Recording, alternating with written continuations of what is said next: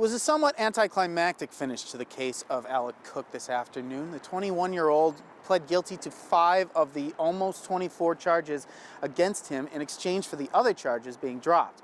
Now, the charges he did admit to include 3 charges of second-degree sexual assault, as well as a charge of strangulation and a charge of stalking.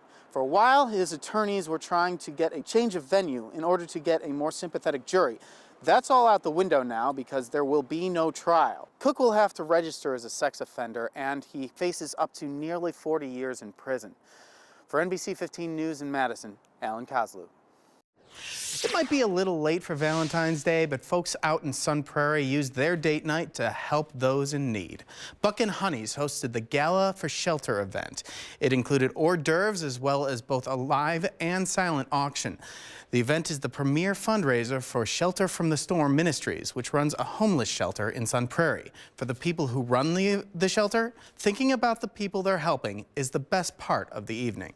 I'm just reminded when I go to the shelter that, it's all about the kids and it's all about these moms that, used to be in a car or, staying with friends, and now they're staying in a safe, warm place.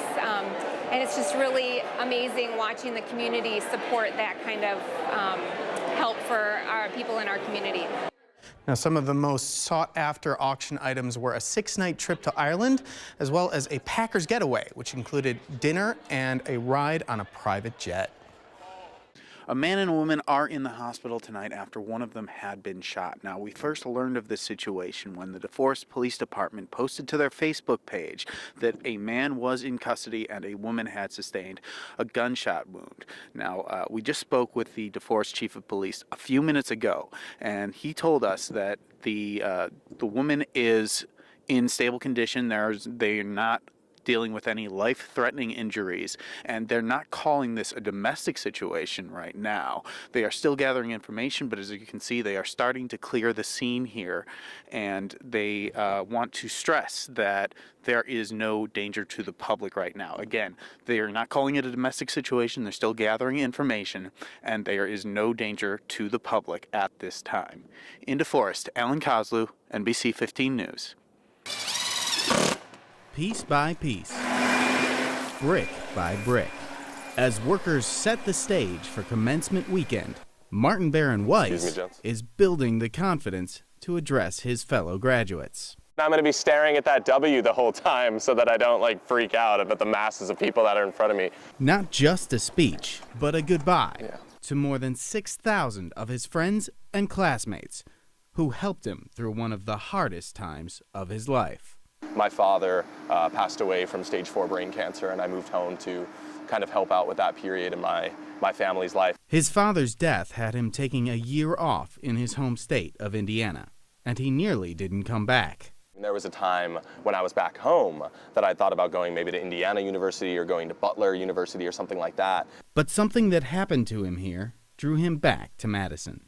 I had something very valuable and near and dear to my heart taken from me, and this community banded together to help me, just one individual, get something back. After that experience, I just had to come back to the UW-Madison. I just knew that this place was too special to leave. The full story is reserved for his speech, but what he could tell us amounted to this. Martin drew strength from the people around him. I don't think I could have gotten over the loss of my father without this community. But he knows that his story is one of many. Everybody's fighting a personal battle that, nobody else knows anything about. And he wants to make sure that others build on that strength too. Don't be afraid to ask for help from the people who are there around you. They want to help you, they want to see you succeed, they want to see you grow. They found you in the dinosaur? What part of the dinosaur? The stomach. You went in the stomach of the dinosaur? Do you know who built the dinosaur? Gramps. Gramps built the dinosaur, right? Dad was very resourceful. It was fun to watch him put things together, especially after I went to college and grew up and I'd come back to visit. I'd come back and every time I'd come home there'd be something new. Started in the Navy. My dad developed his trade of welding, and as we grew up he would make different things out of metal.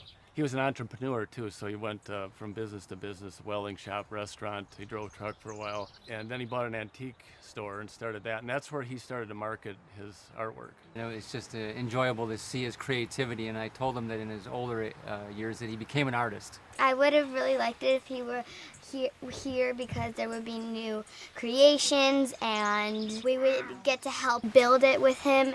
I guess as the grandkids, we kind of had the unique experience, well, at least my sister and I. He taught me how to weld, which most girls don't ever learn how to do. He let me go and build things out of wood in there. I got to learn how to use a lot of the tools that he had in his shop. We got the go on ahead and do whatever you want kind of gramps that let us run around in his shop and build, and then Grandma would be the one that told us we should have probably been a little bit more careful. It was always like a vacation being able to come here, so. Before the first rays of sunlight peek through the trees, 13-year-old Seth Breinig is already peeking out of his hunting blind. That's a turkey. Sounded really close. It's his first time hunting with a crossbow, so he's not going to make every shot. But Seth is not the easily discouraged type. It happened when I was 4. The it he's talking about is the farming accident that took most of his right arm. That hasn't scared him away from farming, though. In fact, he says he'd like to eventually take over his family's farm in Lodi. But Seth is up to much more than that. Okay, this looks like... He's also a defensive end for his middle school football team, where he has his coach, Mark Shearer, a little puzzled. I'm here trying to figure out how I can help him to do something either in the shop or on the football field. And every time I approach him with an idea, he's one step ahead of you. He's already got it down. Seth also plans to try out for the Lodi High School team next year, but it doesn't end there. Doesn't he wrestle too? Indeed he does. In fact, he won a tournament last year in Middleton. I would have liked to think that that's how I would have been, but I don't know for sure. Seth's seemingly boundless enthusiasm has caught the attention not only of his teachers and coaches, but his teammates as well. He's always the first one to be there to help you up. Energizes people, gets you pumped up. There's no one I would rather put trust in than Seth. In everything he does, Seth never lets his injury define his limits, whether it's on the football field or out on the hunt. You just gotta live with it. Yeah, I don't feel limitations.